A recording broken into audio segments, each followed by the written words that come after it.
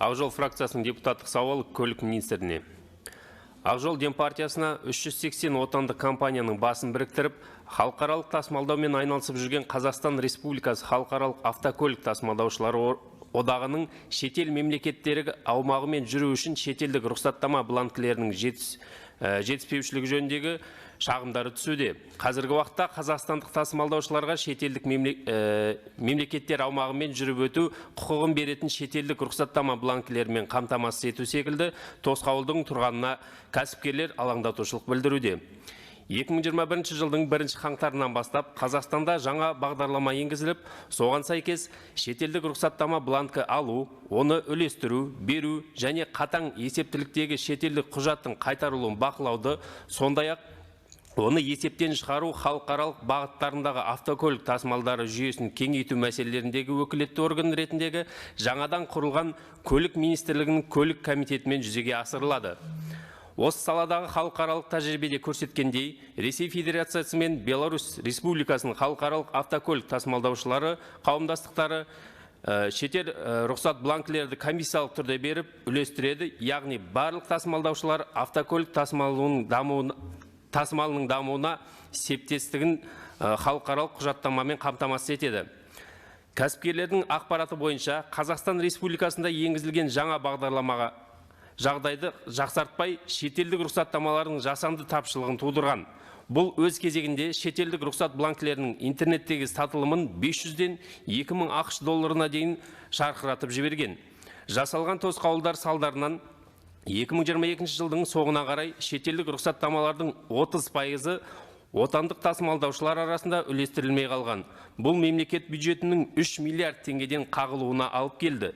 Отандық тасымалдаушылардың мәліметінше, ғаламтор жүйесінде әлі күнге дейін шетелдік рұқсаттама бланкілері сатылып жатыр.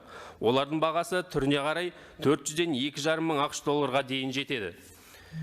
Көлік комитеті көліктік бақылаудың аумақтық органдарындағы шетелдік рұқсаттамалар жоқтығының себебі адал емес тасымалдаушылардың аталмыш бланкілерге көптен алып алғандығы, яғни балансында бір көлік құралы жоқ, олар өздерінің жылжымалы құрамдарын 50-ден 1000 бірлікке дейін жалға алынған көліктермен толықтырып, соған көп мөлшерде шетелдік бланкілерді алып алады да, кейін жеке пайдасы үшін соларды сатудан табыс табады. Мұндай компаниялардың барлық автокөліктері халықаралық тасымалдау талаптарына сай келмейді. Және олар шын мәнде халықаралық жүк тасымалдарымен айналыспайды. Жалға алынған жылжымалы құрамы бар тасымалдаушылардың көбі микро және шағын кәсіпкерлік субъектілері ретінде тіркелген. Жұмысшыларының саны 5-ке, кейде 10 адамға дейін жетеді. Соған қарамастан олардың алған рұқсаттама бланктері штаттарында бар жүргізушілер санынан 10-даған есе асып түседі. Бұл аталмыш рұқсаттамалардың заңсыз берілгендігін айқындайды. Одан бөлек, жоғарыда аталған халықаралық автокөлік тасымалы саласындағы барлық рұқсаттама жүйе функцияларын бір мемлекеттік органға жүктеп қою жемқорлық тәуекелдерді тудырады. Осы орайда халықаралық автокөлік жүк тасымалының дамуы мен жақсаруына кедергі келтіретін шарттарды жою мақсатында Ақжол Демпартиясы ұсынады. Бірінші, халықаралық тәжірибені ескере отырып, отандық халықаралық тасымалдаушыларға шетелдік рұқсаттама бланкілерін беру тәртібін қайта қарау. Екінші, Көлік министрлігі көлік комитетінің Қазақстан Республикасында шетелдік рұқсат бланкілерін қабылдау, одан әрі тарату, шығару, қатаң есептіліктегі шетелдік құжаттың қайтарылуын бақылау, сондай-ақ оны есептен шығару бөлігіндегі функцияларын шектеу. Үшінші, басқа елдерде шетелдік рұқсаттама бланкілері сияқты құбылыстағы жоқтығы себепті шетелдік рұқсат бланкілерінің интернет саудасын тоқтату.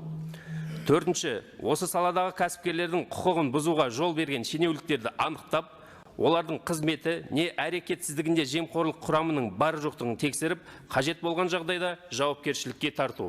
Құрметпен Ақжол фракциясының депутаттары.